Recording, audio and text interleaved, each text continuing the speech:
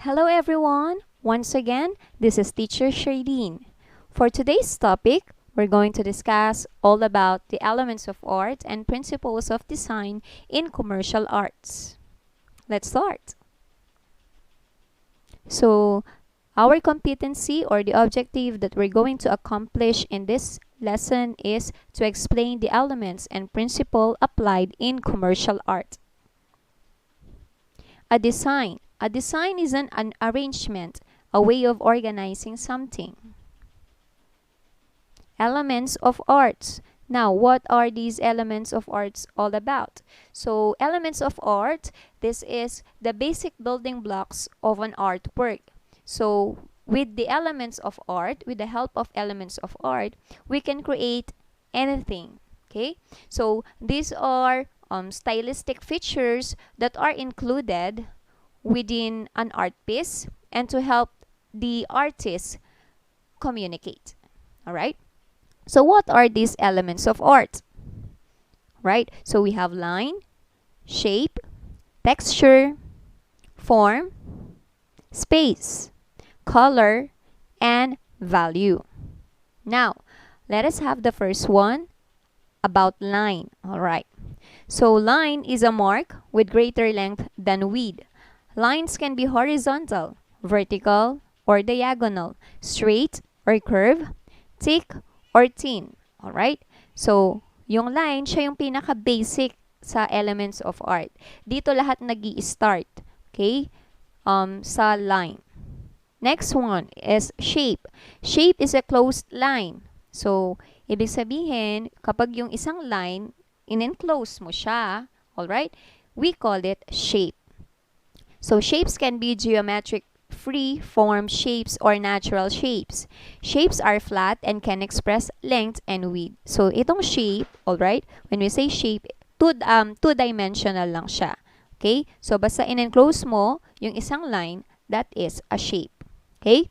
Next, let's have forms. So, forms are three-dimensional shapes expressing length, width, and depth. Balls, cylinders, boxes, and triangles are forms. Alright.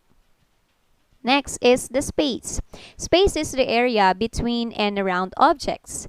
Space can also refer to the feeling of depth. Real space is three-dimensional. In visual art, when we can create the feeling or illusion of depth, we call it space. Right. Next is color. Color is light reflected off objects.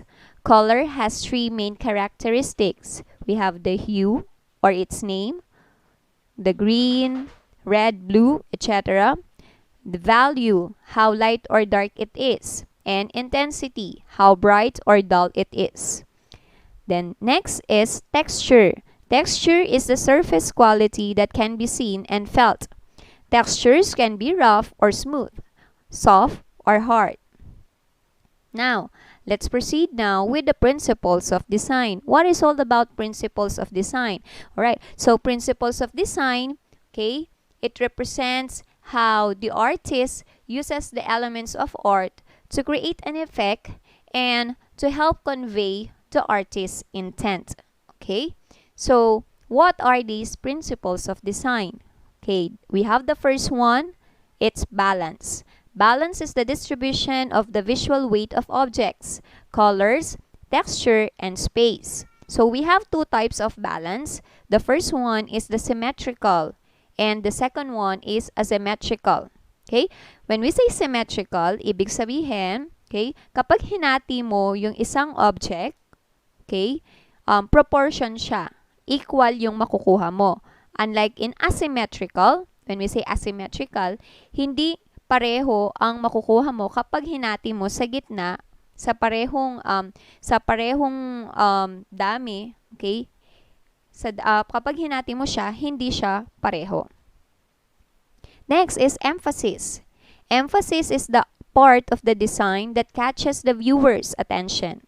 Usually, the artist will make one area stand out by contrasting it with other areas. The area will be different in size, color, texture, shape, or etc. Okay? So, dito sa emphasis, ibig sabihin, ito yung parang center or ano yung mas nagbibigay ng attraction doon sa isang artwork. Okay? Pwedeng sa isang art piece, okay, may makikita kang object doon na mas malaki. So, ibig sabihin kapag mas malaki yon na nakuha niya yung attention mo, okay, na-attract ka sa kanya, that is an emphasis. Okay? Next, movement. Movement is the path the viewer's eye takes through the artwork, often to focal areas. Next is pattern. It is the repeating of an object or symbol all over the artwork. So, paulit-ulit yung object or yung symbol na yon. That's why we call it pattern. Repetition works with patterns to make the artwork seem active. The repetition of elements of design creates unity within the artwork. Then last one, we have the proportion. It is the feeling of unity created when all parts relate well with each other, such as sizes, amounts, or numbers. Rhythm. It is created when one or more elements of design are used repeatedly to create a feeling of organized movement. Variety is essential to keep rhythm exciting and active, moving the viewer around the artwork. Rhythm creates a mood like music or dancing.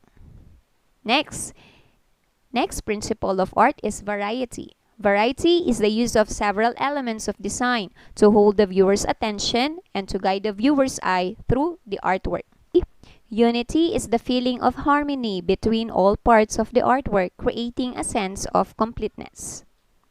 Now this time, make sure you have your learning activity sheets with you, okay? Para mas mag-guide ko kayo, okay?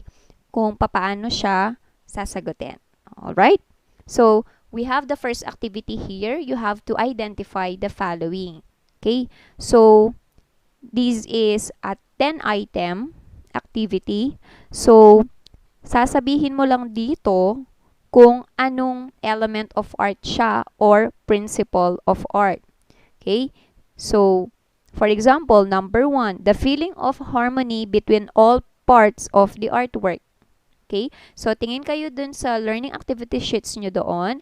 Nandun yung mga meaning of each elements of arts and each principles of arts doon. Dun kayo kukuha ng sagot. Okay? Next, the second activity is to identify the elements and principles of arts used or shown in the design by matching. Alright? So, we have column A here and column B. For column A, heto yung, kumbaga, meron pictures. Ayan. Hanggang 10 siya. Okay? So, may mga pictures na naka-indicate. May pinapakita mga pictures dyan. Tapos, i-identify lang, ilalagay dito sa line before the number, ilalagay dyan yung correct letter. Okay?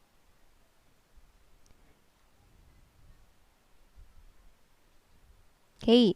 Now, commercial art, often called advertising art. It is used to sell goods and services. It is different from fine arts, which exists for its own sake. Commercial art applies artistic principles to a variety of fields.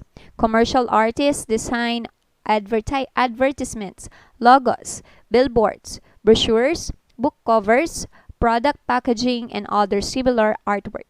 Their work is often used to self-promote, explain, narrate, and inform. Commercial artists are typically employed by advertising agencies, newspapers, magazines, graphic design firms, television studios, and similar businesses. Alright? So, yung commercial art, ito yung ginagamit na tinatawag nating advertising art. Okay? Ito ay ginagamit para makapagbenta ka, okay, ng mga goods or services or ng serbisyo. Okay? So, what is about computer art or what we call ASCII? Okay? ASCII art. This is how you pronounce it. It ASCII. Okay? A-S-C-I-I. Okay? It is ASCII. ASCII art. ASCII art is a graphic design technique that uses computers for presentation and consists of pictures pieced together with different letters and symbols from the computers and cell phones. The term is also loosely used to refer to text-based visual art in general, Old typewriters can also be used to create these works of art. Okay? So, dito sa ASCII Art, it's a graphic design in which yung ginagamit mo dito is different letters, okay? Different symbols, okay? Na makikita mo sa computer or sa inyong cellphone. So, gagawa ka ng design na gamit lang ay yung mga yon. Ayan, yan yung example ng ASCII Art. So, the first picture, ito. Okay? Yung cartoon na ito. Okay? So, kung mapapansin nyo, may ginamit dyan na iba't ibang mga letters and symbols. May nakikita ko dito, kahit na napakaliit niya, may nakikita ko dito, letter X, V, P, tapos iba-iba pang symbols na ginamit, no? Para mabuo itong cartoon na ito. The second one, ito naman, it's a phrase, peace on earth, okay? Peace on earth. Now, ang ginamit niya dito para mabuo naman itong text na to ay letter V. And then, different punctuations. May period, okay? May comma. And then, dito naman, yung image dito, it's a cat, okay? So, mapapansin nyo dito, may letter, mapapansin nyo doon, may letter A, may mga hyphen, okay? So, ayan. Mga different lines, okay? Ayan. So, ito gumamit siya ng ganyang line, slant line, ayan. Okay? And different also punctuation marks, okay? So, this is the procedure on how to make an ASCII art. So, using only letters and symbols found on your computer software. So, you can use MS Word, MS Excel, or MS PowerPoint. Okay? Cell phone or tablet, and create any image of your choice. Okay? So, if you are using a computer software, play with different sizes or font presentation. It can be bold or italics to create varying images of the same design. Now, if you are using your cell phone, fill up the screen with letters or symbols and leave out spaces to create your image like the Albert Einstein image above, kagaya no present ko kanina. Now, if you are having a hard time looking for inspiration, why not create an ASCII art of your name? Kung nahihirapan ka naman mag-isip daw ng design, bakit hindi mo daw gawin mong ASCII art ang iyong pangalan mismo? Okay? What is important is you can create an art using the technology that you have in your hand. Alright? Ngayon, kung wala talagang, there's no way to do it with a computer or with a cell phone or a tablet, okay? You can make just use of a bond paper and then just use your handwriting na lang.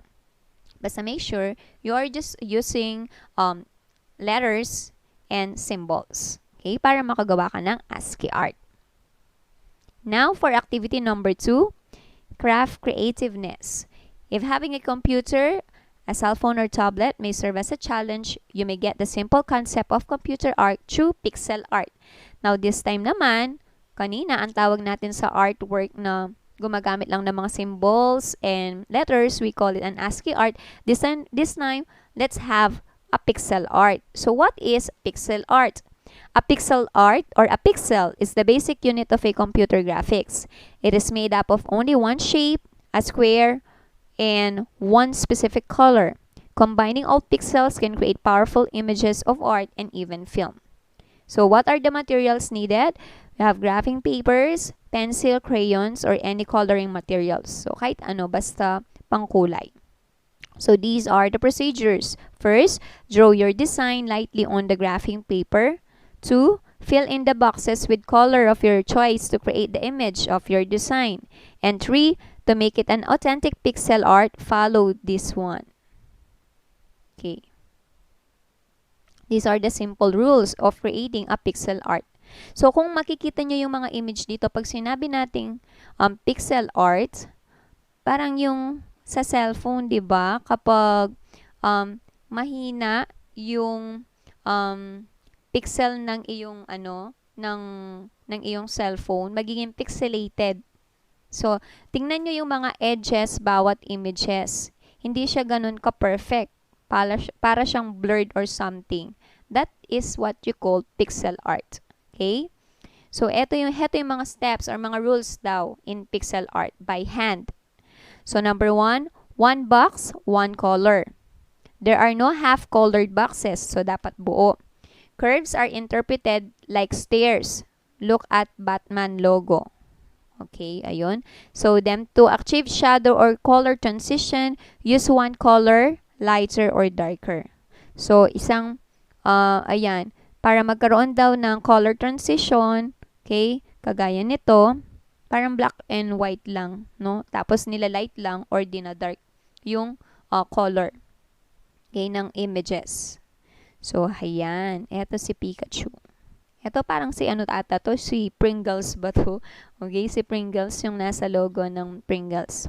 Now, if there are no available pieces of wrapping paper, you may create the boxes using a ruler and a pencil. So, ikaw na lang mismo. So, may alternative tayo. Kung wala talagang wrapping paper na available, ikaw na lang ang gumawa ng maraming mga boxes. Kagaya nito, no?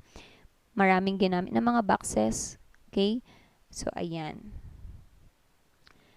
Set the box size to a comfortable measurement unit, 10 mm or 1 cm, and then follow the given instructions above. Okay? So, dapat bawat lines pare-pareho yung sukat. Okay? Next, for activity number 3, another alternative activity that still follows the ASCII art is using your own handwriting to draw an image of your choice. However, instead of straight lines, you are only limited to the entire alphabet numbers and only these following symbols. Okay. So, sa activity 3, para magawa pa rin yung ASCII art na tinatawag, okay? So, gagamitin mo lang ang mga alphabets, yung letters A to Z, numbers, and then, itong mga symbols na binigay dito. Ito lang daw, yun lang daw yung gagamitin mo sa paggawa ng iyong ASCII art. Okay? So, the materials to be needed is bond paper, colored pens or pencils, or ball pens. Kahit anong pangkulay pwedeng gamitin dito. Okay? So, number 1, create any image of your choice using only the prescribed characters above. Okay? So, alphabets lang, numbers, tsaka yung mga symbols na nandun na given. Okay? So, then next, use different colors to make your work very colorful. Okay? So, gumamit ka daw ng iba't ibang colors. Okay? So, ayan. So, dito, dalawa ang iyong gagawin. Okay? Ayan. Now, how do you find your own hand-drawn ASCII art inspired work? So, anong masasabi mo doon sa iyong output, doon sa iyong nagawa na activity? Ikwento mo dito sa may baba. Okay? Tell me your experience. Okay? So, paano i-grade yung ginawa mo? So, given this rubric, we have this criteria. Okay? We're going to score you through creativity, use of elements and principles, the craftsmanship and skills development, understanding, achievement, and completion, and then last one, participation, focus, and effort. So, the highest point in each criteria is 20 points. Sorry. So, ayan. So, 20 points, 15 points, 10 points, 5 points, and 0 points. Alright? So, kapag na-complete mo yan, okay, so i-add lang yan and that will be your total score for the performance activity. Then, for your reflection, how do you find these activities interesting? Which part did you enjoy? Express it in an essay form. Alright, so dito, okay, ikukwento mo lang yung naging experience mo. So, anong part doon yung naging interesting? So, ikwento mo ngayon. Okay? You just write it down here sa reflection part. Alright? So, that's it. So, thank you again for watching. I hope you learned a lot today. Okay? At sana this video will really serve as your guide in answering your learning activity sheets. Alright? So, once again, thank you very much. Bye-bye!